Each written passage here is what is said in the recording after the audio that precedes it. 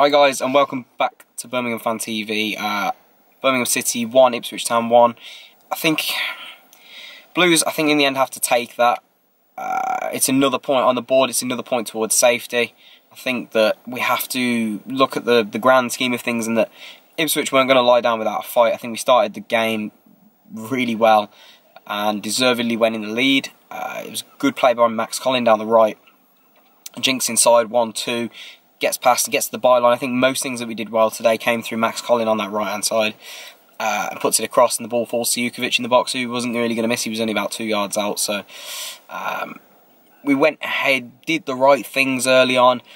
Started with high tempo. We set a precedence for the game. And then the only issue with the first half was that we were really, really wasteful. We could have been 2 or 3 up by half-time if we were a more ruthless team.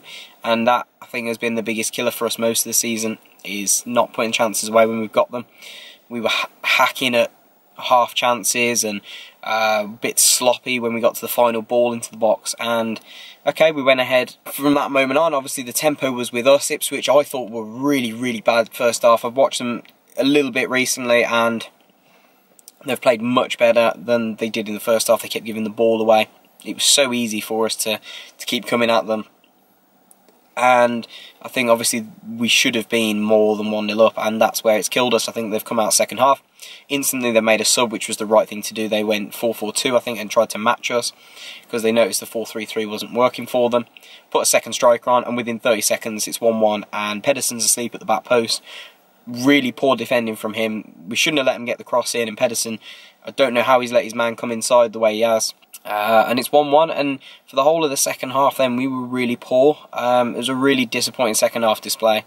I'll take the point, but the manner of the second half was frustrating. Lots of times we struggled to keep a hold of the ball. All we needed to do was put a foot on it, and we didn't. We lashed it forward, or we swiped at it and just to get it clear, and that really, we were better than that first half, but we're poor in front of goal in the second half. We didn't do what we were doing in the first half right, so things to work on, I think, is the point to make. I'm not ultimately disappointed by the result. I think Ipswich gave a good fight second half, as they would. They battled hard, just a lack of quality, I think, for them. And I think Gary Monk needs to start potentially working on his substitutions. I think was the key thing I was hearing from the stands, was there was a lack of, why bring a substitute on with 2 minutes to go in stoppage time? Why only make one sub in the whole of the game, or the majority of the game?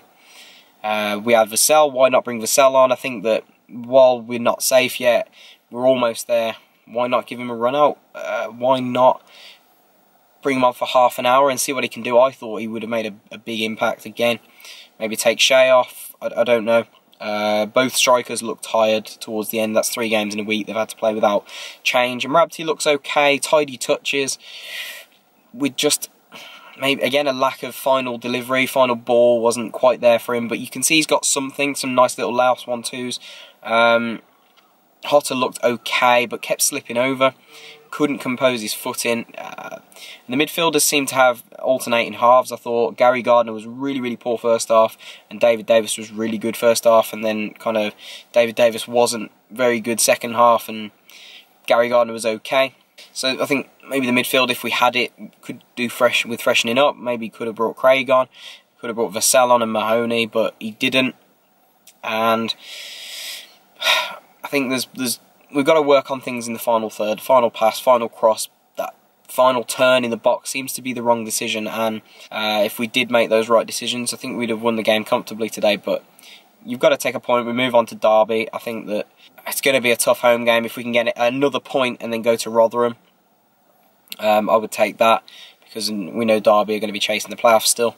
But we'll see how this week progresses, guys. But thank you so much. Leave me your thoughts on the final score, 1-1. Tough game, and obviously we, with that, have sent Ipswich down.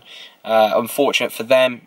Sure, they will bounce back, you know, in due course. But yeah, decent club Ipswich, and unlucky for them. Poorly ran at the top end of the club, and ultimately they've paid the price for some bad decisions over the last 18 months. So, but let me know your thoughts on the performance today. Who stood out for you? Who was your man of the match? My man of the match goes to, well, it would have been David Davis for his first half performance, but I thought he was poor. So Max Colling gets man of the match